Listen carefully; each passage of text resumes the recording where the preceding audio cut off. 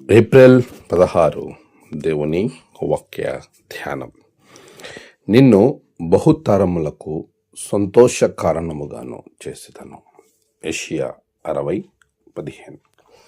మన ప్రభువైన యేసు క్రీస్తు నామములో మీ అందరికీ ఈ ఉదయము శుభాలు తెలియజేస్తూ ఉన్నాను. ప్రియులారా, దేవుని మహాకృప మనలను మరొక దినము చూచేలా మనకి సహాయం చేసింది. అందుని బట్టి దేవునికి నేను స్తుతులు చెల్లిస్తూ ఉన్నాను. ఈ నూతన దినం ప్రభు ఇచ్చే ఒక మంచి వాగ్దానం. ఆయన మనలను సంతోషంగా ఉంచటానికి ఇష్టపడుతూ ఉన్నాడు. ఇక్కడ చాలా లోతైనటువంటి భావం మనం దీనిలో నేర్చుకోవచ్చు. యెషయా గ్రంథము 60వ అధ్యాయం అని అంటే, వారు చెర నుండి బయటకు వచ్చిన తర్వాత దేవుడిచ్చిన ఒక అద్భుతమైన మాట.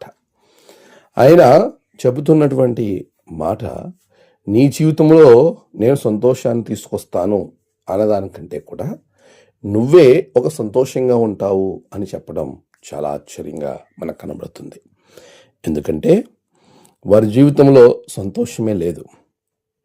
వారు దాదాపుగా 70 సంవత్సరాలు బబులోను చెరలో ఎంతో భయానకమైనటువంటి హింసను, భయానకమైనటువంటి పరిస్థితులను చెరలో వారు తమను తాము దేవునికి ఇష్టంగా మార్చబడటానికి, లేదా దేవునికి దూరమైనటువంటి పరిస్థితిని బట్టి ఆ చెర వచ్చింది అనే విషయాన్ని వారు పశ్చాత్తాప హృదయులై ముందుకు రావటానికి ఒక చెరను దేవుడు వారికి అనుగ్రహించాడు.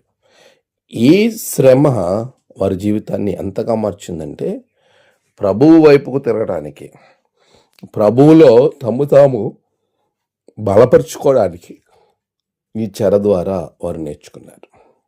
అట్టి పరిస్థితుల్లో ప్రభు అంటున్నాడు, వీరు నలగొట్టబడిన అనుభవం గుండా వెళ్ళారు కనుక వీరికి సంతోషం ఇవ్వడం కాదు, కానీ వీరే ఒక సంతోషంగా మార్చబడతారు.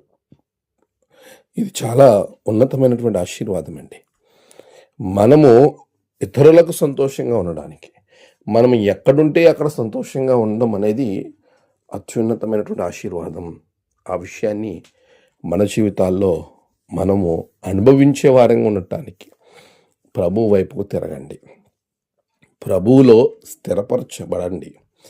ప్రభువుని కలిగి మనం ముందుకు వెళ్ళినప్పుడు ఆయన మనలను ఎంత ఉన్నతంగా ఆశీర్వదిస్తాడు అనటానికి ఇదే చక్కటి ఆశీర్వాదం, ఇదే చక్కటి ఉదాహరణ. అలాంటి సంతోష కారణముగా ప్రభు నిన్ను, నీ ద్వారా నీ కుటుంబాన్ని బలపరిచి దీవించునుగాక. ఆమేన్. ప్రార్థన. సర్వోన్నతుడా గొప్ప తండ్రి, నీ బిడ్డలను బహుగా దీవించండి. నేడు వారి యొక్క ప్రయాణాలలో, వారు తలపెట్టిన కార్యాలలో ఉన్నతమైన జయము బిడ్డలకు అనుగ్రహించండి. నేడు జన్మదినము, వివాహ దినము, ఆయా విశేష దినములు జరుపుకున్న బిడ్డలను బహుగా దీవించండి. తమ ప్రియులను కోల్పోయి ఆదరణ కొరకు ఎదురు చూస్తున్న బిడ్డలకు ఆదరణ, నెమ్మది అనుగ్రహించండి. ఈ దినమంతా నీ కృప బిడ్డల మీద ఉంచమని, నీవే మహిమ పొందమని యేసయ్య నామమున నీ బిడ్డలను నీ చేతికి సమర్పిస్తూ ఉన్నాను నాయన.